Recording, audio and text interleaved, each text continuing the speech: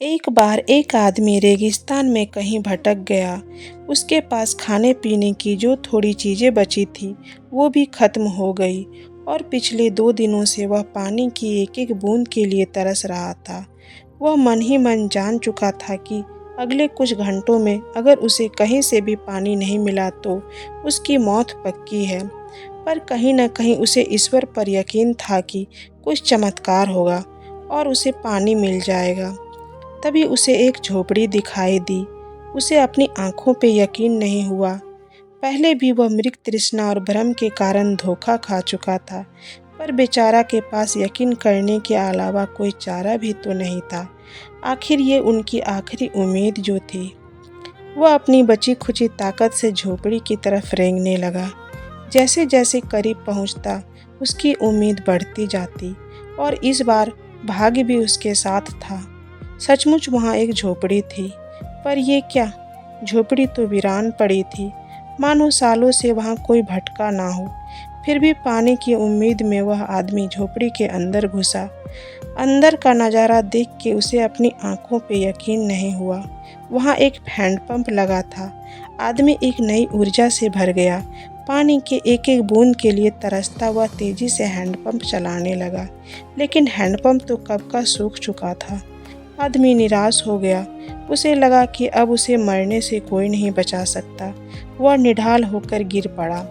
तभी उसे झोपड़ी की छत से बंधी पानी की एक भरी बोतल दिखी।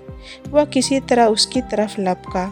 वह उसे खोलकर पीने ही वाला था कि तभी उसे बोतल से चिपका एक कागज़ दिखा। उस पर लिखा था, इस पानी का प्रयोग हैंडपंप चलाने के लिए करो और वापस बोतल भर के रखना ना भूलना। ये एक अजीब सी स्थिति थी। आदमी को समझ नहीं आ रहा था कि वो पानी पिए या उसे हैंडपंप में डालकर चालू करे। उसके मन में तमाम सवाल उठने लगे। अगर पानी डालने पर भी पंप नहीं चला, अगर यह लिखी बात झूठी हुई, और क्या पता ज़मीन के नीचे का पानी भी सूख चुका हो, लेकिन क्या पता पंप चल ही पड़े, क्या पता यहाँ लिखी बात सच हो। वह समझ नहीं पा रहा था कि क्या करे। फिर कुछ सोचने के बाद उसने बोतल खोली और कांपते हाथों से पानी पंप में डालने लगा। पानी डालकर उसने भगवान से प्रार्थना की और पंप चलाने लगा। 1 2 3 और हैंडपंप से ठंडा ठंडा पानी निकलने लगा। वो पानी किसी अमृत से कम नहीं था।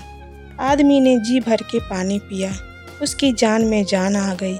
दिमाग काम करने लगा। उसने बोतल में फिर पानी भर दिया और छत से बांध दिया।